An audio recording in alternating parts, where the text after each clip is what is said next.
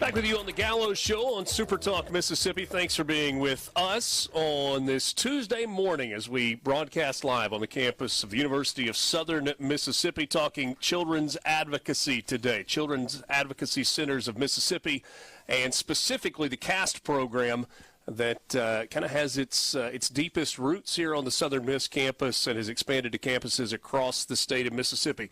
One piece of news I need to drop on you before we get into our conversation with Hattiesburg Mayor Toby Barker. Democratic Party has officially nominated U.S. Vice President Kamala Harris as its presidential candidate. That happened earlier today, and reports are that Governor Tim Walz of Minnesota will be the vice presidential candidate on Kamala Harris's ticket as well. We'll get into that more, and Paul will have plenty more with that tomorrow as well. But just wanted to make sure that you were aware of that as perhaps you make your way into work or school this morning. And now we welcome in the mayor of Hattiesburg, Toby Barker. Good to see you. Hey, glad to be here.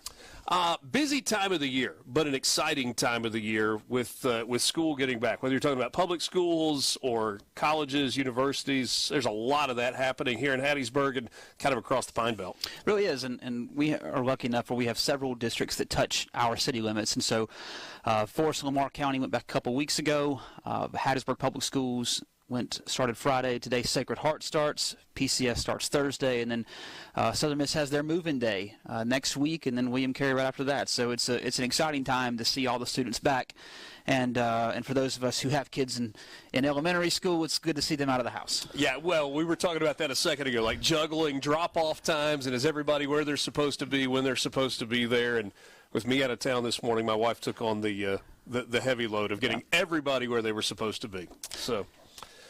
Tis the season for that. Let's talk about the relationship between the city of Hattiesburg and the university here. If you are in a college town, it's a place that has a different feel to it than maybe some of our other communities across Mississippi. There's got to be a working relationship. What is that like here? Well, it's been something that we've really worked at over the last 7 years, and we are fortunate enough to be a two-university town. Mm-hmm. And we are obviously led by Southern Miss, and I'm an alum from here, and whether it's football season or whether it's the academic programs or the community service aspect, there's a different energy when students are back. And then you've got William Carey in South Hattiesburg that's now the largest medical school in the state and is producing a lot of our healthcare professionals out of that. And so really it creates a pipeline of talent that we're trying to retain every year.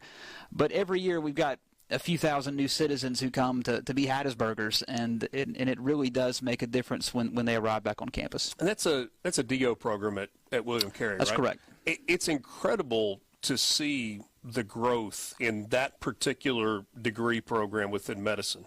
I think that the thing that we can look at, whether it's Southern Miss or William Carey, is our university's been very agile in adapting to the new needs of the healthcare community, both now and in the future. And so for us, as the second largest-ish Medicaid provider in the state with Forest General, you've got Merit Health Wesley, you have the largest physician-owned clinic in the state in Hattiesburg Clinic. Those depend on a workforce. And so when you have two institutions that can, along with Pearl River, can crank out professionals that can serve the public and take care of us regardless of what age we're in, it bodes well for our economy and for our entire city. How do you manage growth? So when you are the leader of a city, obviously you're working with a board, and you hope that everybody's pulling in the same direction and kind of have their eyes on the same thing. But it's clear that our college towns in Mississippi are growing, that people are moving, they're staying. We talked with Dr. Gould a second ago. He came in 2003 and he hasn't left. He's not going to leave. Or at least I don't think he's going to leave. Not this week. How do you manage that? Because not all of these cities were built for the populations that they have, and it's not a whole lot of fun to spend money on infrastructure. Well, if you asked anyone who is currently stopped on 98 right now at a stoplight, they'll say not very well. But look, growth is a good problem to have. Sure. And since the early 90s, we've been kind of on the move. And even in the last census, we had a 6% growth, while a lot of communities around the state didn't. And 40% of our population in Forest and Lamar counties is under the age of 40, which bodes well for us going forward. Yeah, and that's one of the highest concentrations of millennials and Gen Z in the entire South. What it means is that we have to really partner with our county governments. It means we have to partner with our universities, our neighborhoods, and really work with our state and federal delegations to try and make sure that we're updating infrastructure as quickly as possible. We get it right sometimes we don't. But I will say that Hattiesburg has a real knack for just doing things on its own that has nothing to do with government, whether it's the universities or the hospitals or our small business community or any of the creatives that we have in our area. There are just a lot of passionate, talented people here. And when they do their thing, Hattiesburg moves forward regardless of who sits in the mayor's chair. There are people that have maybe not been to Hattiesburg in a long time. It looks a whole lot different than it did 7 years ago when you took office, certainly a decade and a half ago. Well, we're now the third most visited city in the state. And I would encourage anyone that just wants to spend the weekend away to come down on a football weekend maybe, check out Serengeti Springs, our new water park next to our Hattiesburg Zoo, which, we have 240,000 people that visit our zoo every year now. Go downtown, check out the Pocket Museum, check out any of our great restaurants. We've got the most locally owned restaurants, I think, per capita than anywhere in the state, and we're just really proud of the product we have here, and it's certainly worth people coming down and checking out.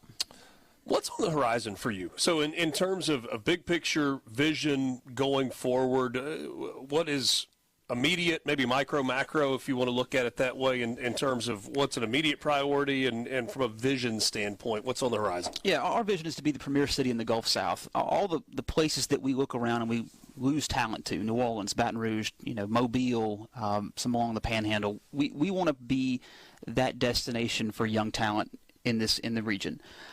Whether it's healthcare or our economy, small business community, educational opportunities, we want to be that quality of life center.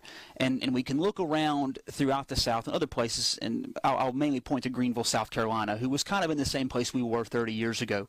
And the growth that they've seen, both in industry but also in their downtown, their public-private partnerships, that's a good example of where we want to take things. And I think that we're getting there. But if you ask, I went and met with their mayor last September, and he said we're a 30-year overnight success.